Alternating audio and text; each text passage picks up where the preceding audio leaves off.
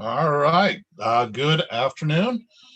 Thanks for joining us here. In I think this is our third in a series uh, of Motorola Solutions Tech Talks.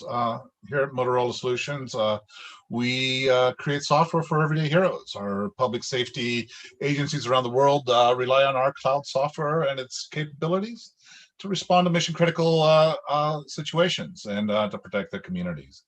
Um, Definitely encourage you to check out the series moving on. Our next session is October 20th. I believe some of my cohorts, Jonathan Akers and Ryan Dobson, are up, and definitely want to check them out. I love their presentation. So uh, with that, I will get started. Oh, I do encourage you, whatever platform you're viewing this on, ask questions in the comments or chat or whatever the platform is, and they'll get translated over to me, and I'll try to answer them as we uh, move on.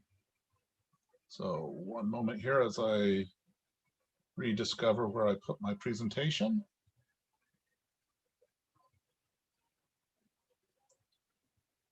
It's in here somewhere. Trust me. We'll go this way. Sorry about that.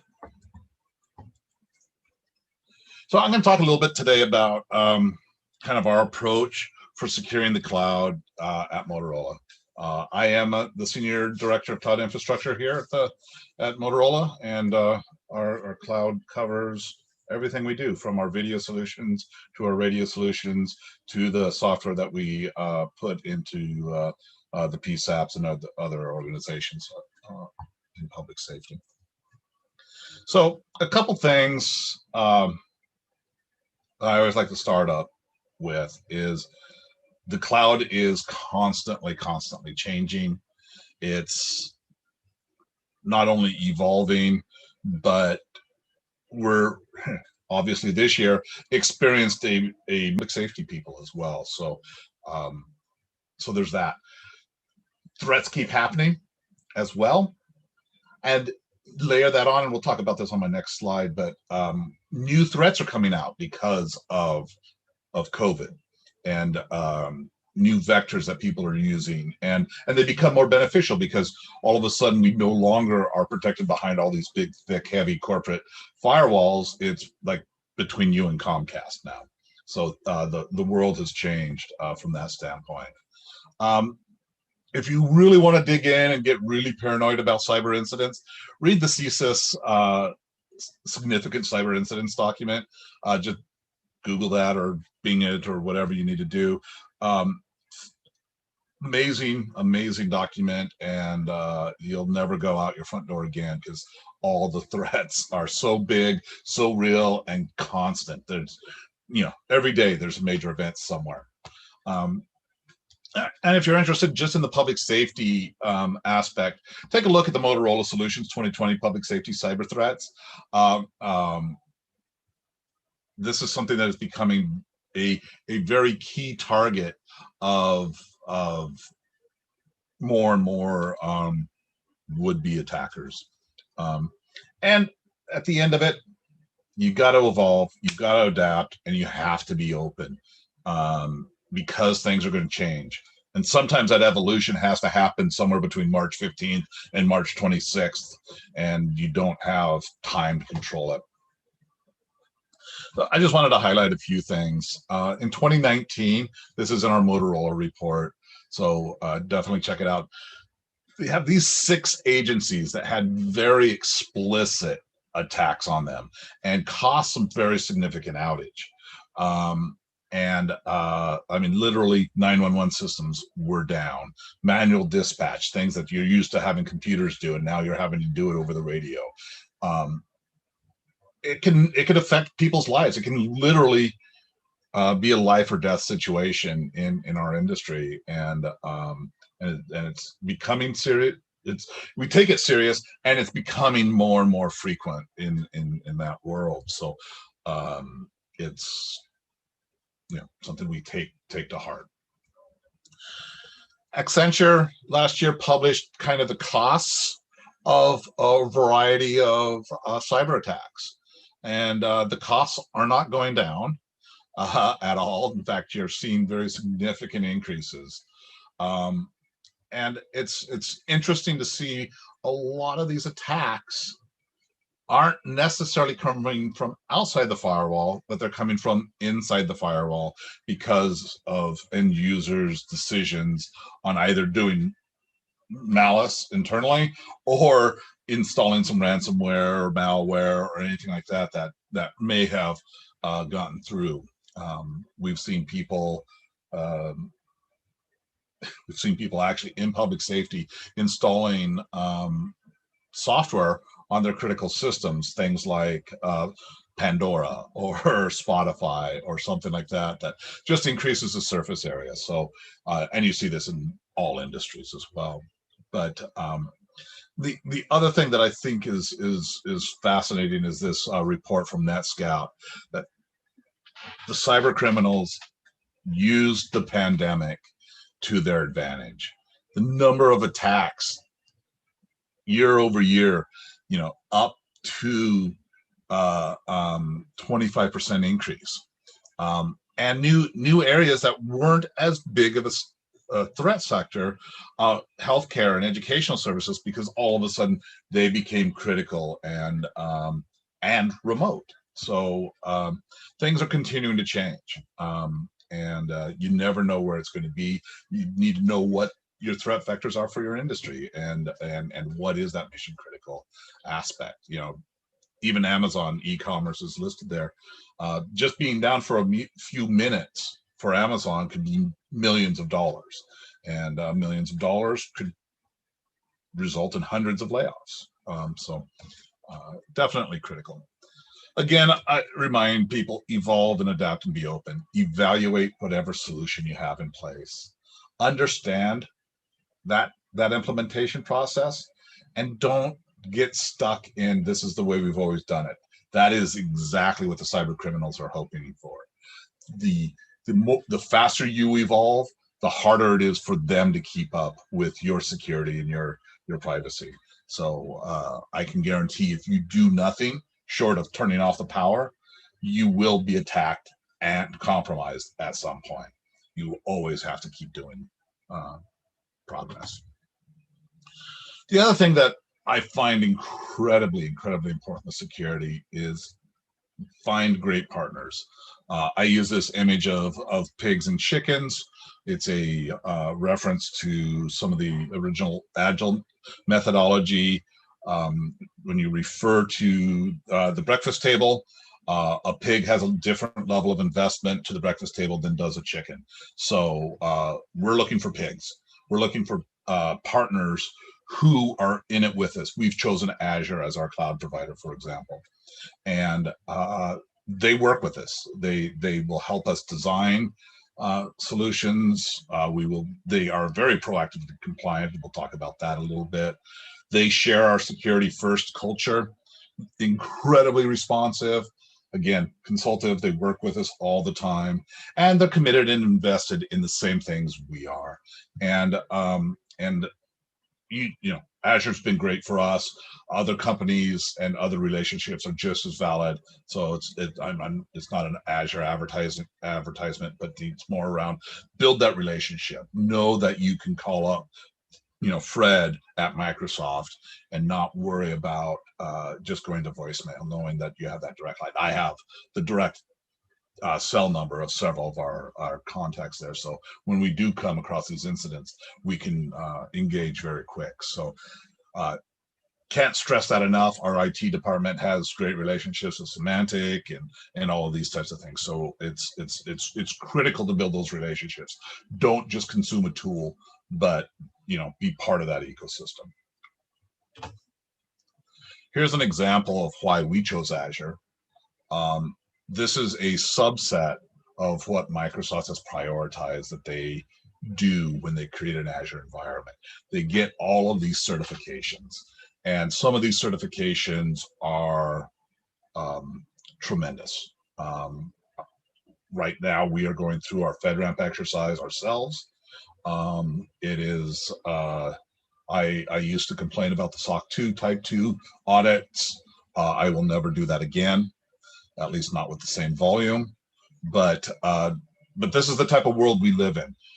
As we go international, understanding what those compliance and security requirements are, government versus commercial, all of these things. HIPAA is another important standard for us here at Motorola Solutions. So again, knowing your partner, having that transparency, and knowing that their culture reflects your culture around those standards. So what do we do at Motorola Solutions around security? We kind of have 6 areas that we really focus on. Our first one is around getting the information out. How do you educate and create the skills within the engineering world? We have a dedicated cyber team. They do risk assessments constantly. We just had one done yesterday within our organization. So it's just part of the ecosystem. Security guidance, they keep a pulse on the new threats. We get a weekly newsletter of new threats that may or may not affect our industry. And the other part is that we've embedded security in every team. Every cloud team, this number is a little old. I think we're over 300 security champions now around the company, that our cyber team works with directly, and they bring all of that security information into that Scrum team, and are accountable for it, and help educate, guide, and review security solutions. We have a secure product group within Motorola. We do a lot of research around crypto. We have some customer specific algorithms, and we have to deliver our technology very, very securely. Again, life and death, government information, and you name it. Security architecture, our whole ecosystem is security first. We really focus on managing our attack surface and testing these new solutions. We will spend a year investigating a firewall and testing it and validating and making sure that we've got it. And again, building that relationship before we go live with that new technology. Active security monitoring. We have security operations centers around the world, 7 by 24-hour monitoring, real-time monitoring, as well as thousands and thousands of automated security monitors. And we have our own antivirus service that we use internally, and it's integrated into our work stream. We do a lot of research, like I mentioned, on who's targeting our customers, not just who's targeting us, but who's targeting our customers. As soon as we get all of this software out of these local agencies, now the cyber criminals actually have fewer businesses to attack. So now they can come at us full force. So we need to know who those types of people are. And excuse me. And it's going to be different around the world. If you read the NetScout report, it talks about what market is getting hit by what type of attacks and things of that nature. So our threat management team helps us with that. Governance. I showed you that compliance slide that Azure has. We have a smaller set of compliance that we do, but it's part of how we execute, and it's something that you can't bring in late because it'll be expensive. You're always going to have a finding and mitigating that. So the earlier you can find that, the easier it is to fix. It's just like any other bug in your software or systems. The earlier you find it, the easier it is to fix. We go through dozens of audits per year. It's just going to be, it's part of our life. It's part of our ecosystem. And because of that, we've invested in a lot of effort in how to collect that evidence for these types of audits, prove that we're secure, test out our things. Training, I want to say we have now 10 hours worth of security training required for every engineer per year. It's incredibly important. It just has to be automatic. Excuse me. Excuse me. And again, we have that dedicated expertise, not only in our engineering, but in our supply chain as well. And again, back to the security operations centers, we provide security assessments for our customers, and we have a growing business around security monitoring and integration as well. So we can help our customers be even better in their security as well. So use some of the technology we've developed here. Standards and compliance, again, just a huge aspect of our life. It's not every industry is this way, but if you take credit cards, you deal with health information, you've got some high-level control, whether it's PCI or HIPAA. We have FedRAMP, SOC 2, and ISO are very common standards out there. So they're all there to make sure you have the right systems and to go with that. So again, we also have very strict facility security in some cases where you have to have double key to get in. And so let's talk a little bit about what this actually means. Security in depth or defense in depth is really critical. In our case, we share a lot of our accountability with Microsoft and Azure, where they're providing a lot of the physical security, network security, access, gateways, firewalls. They do antivirus and CVE scanning. And at the same time, at Motorola, we're doing the same thing. We're doing network and access and gateways and firewalls and intrusion detection and antivirus and CVE scanning, all of that. But on top of that, we bring our own authorization and authentication system, auditing and logging and code analysis, static and dynamic. We do pen testing and training and governance, as we talked about. And that's that layer 2 aspect of that. And then our agencies bring in their own level of security. Endpoint security, incredibly important. We'll talk a little bit about this in a minute about what this means for engineers. Data classification. It's important to know, is this data a concern? What if this data leaked? Is it a big deal? Is it a map location data? Well, that's not sensitive unless it's tied to a person, and now it becomes very sensitive. So understanding all of that becomes a part of your ecosystem.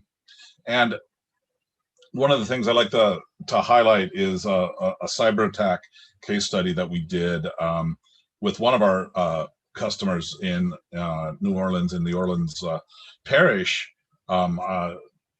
Either earlier this year, last year, I think it was last year, but this speaks to that relationship that we have, that this parish had worked with us, and we helped them get through a ransomware situation, get them into the cloud, get them operating so that they can provide the level of public safety that they are committed to. And we were able to work with them side by side on that because of our partnership and our relationship with them. We were able to mitigate the attack very rapidly. So it's a very interesting case study. It's 3 pages long, so I encourage you to take a look at that. Again, we talked about the shared responsibility. This is the big shift in the cloud. I don't think I'm going to surprise anyone here. In an on-prem world, our customer, in this case, I'm using Detroit Police Department, they're on the hook for everything, which means their security department is as big as their budget can afford. Their information security officer and his or her organization is only as big as it can be. But when you go into the cloud, all of a sudden, your IT department has grown by several orders of magnitude. Even in a big department like Detroit, you might have an IT department and a security department that may be a dozen people. I'm not precisely sure, but it's not going to be very large. But all of a sudden now, when you bring in Motorola and Azure into the equation, Azure itself spends over $2 billion a year on securing Azure and software and working with partners. Thousands of engineers are working on this problem every day at Microsoft. Then you have the Motorola solution where we bring in an additional hundreds of people who are very keyed into the public safety sector and specialists, and manage that relationship with Azure as well for the customer's behalf. And then you have that customer aspect around that endpoint security that we talked about, and data access control, and some of the things that make sense there. And it allows our customers to maximize the value out of that organization they have. Those same 12 people now can really raise the bar on the portions of that stack that they now own. So it really changes the world. The shared responsibility is great. Yeah, it means a few more phone calls every year, but it's well worth it because you're able to get that concentration of expertise.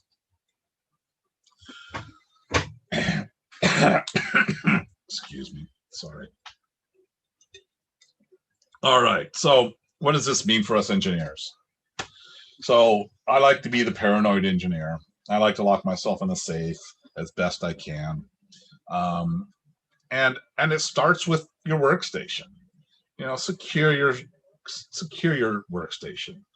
I'm sorry, I have a typo here. Lock your workstation, not just you workstation, but your workstation. This is the number one thing you can do to secure your computer. We've had twice since I've been here at Motorola, we've had laptops stolen. We had a laptop that was stolen outside of this country. And if we did not have the proper workstation security on there, not only locking it, having a password, but BitLocker on it as well, our source code would have been out in the wind. We never recovered the laptop, but we were comforted in the fact that no one was going to be able to get the data off of it. And it's a huge deal. Source code is what we do. It's what we get paid to do. It's why we're valuable to our organization. So let's first make sure that that's secure. Make sure you have the right proper endpoint security. If you don't have your signatures up to date, if you don't have the right corporate policy on your system, it can be a big deal.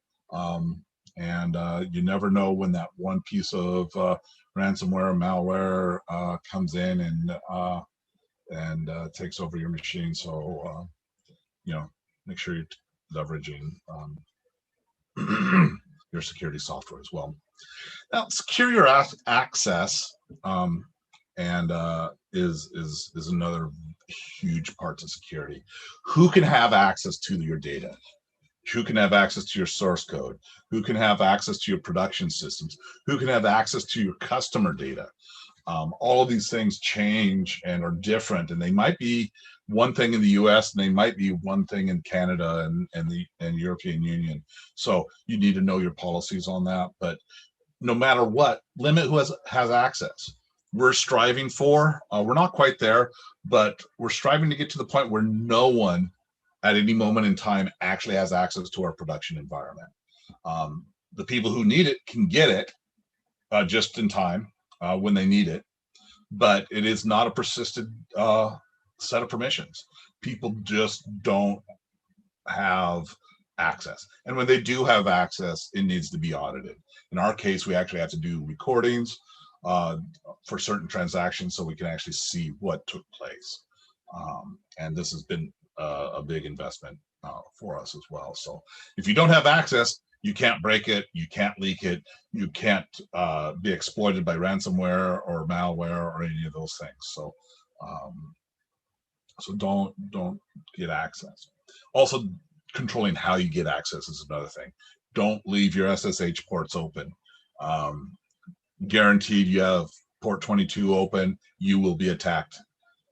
Guaranteed, without a doubt. And it doesn't take long. We had one incident in our test environment, Dev test environment, a couple months ago, where somebody was doing some local debugging and they left SSH open on one of the developer boxes. First thing in the morning, Azure told us, look at this, you've been exploited. Someone is using your machine to bombard other machines within the environment. So it doesn't take long for some of those pretty fundamental threats to be discovered. Secure your system. This seems kind of obvious, but just because you're in the cloud doesn't make it secure. You still need to apply your firewalls. You still need to do your security alerts. You still need to do your security monitoring. Azure or Google or Amazon is not going to do it all for you. They can't identify all the types of alerts that might be important to your system. You know, they may detect a brute force attack, but maybe they won't. They won't recognize it because of the unique aspects of your system. So you need to take that into control. And then securing your architecture. This is the biggest place where software engineers have the impact. The security has to start, as I mentioned earlier, with your design. Design for security first. Your best tool, in my opinion, for security are your DFDs, your data flow diagrams. Know where your boundaries are. That's your threat surface. Know where data is transferring. Know where connections are happening and what types of connections, so you can identify the types of exploits. So take that in mind. Assume you're going to be compromised. It will happen. I've been doing cloud software for many, many years now, and I have not gone a month without some exploit being leveraged and detected in our systems. It just happens all the time. So you have to be prepared for it.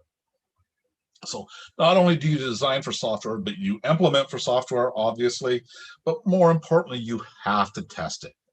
If your security alerts don't go off because they are miswritten or looking at the wrong database or whatever, you have to know, test it. It's a piece of functionality in your application. And if you don't, I can guarantee not only will you be exploited, but you're going to have a huge problem because you won't detect it in time to do it. And finally, this is the one that for me took years to really realize the value of it. And it is practice your security response. When there's a security incident, do you know what to do? Do you know who to contact? Do you know who to raise? Do you know how to turn off a system if you have to turn it off? What is your response? You know, at Motorola, we work with a lot of the public safety agencies around the world. And one of the things that they do is they are constantly practicing emergencies. It's what they do. And they have to practice so when they do come up, it is all about the emergency, not about how to respond to the emergency. And it allows you to react in a much clearer and focused way.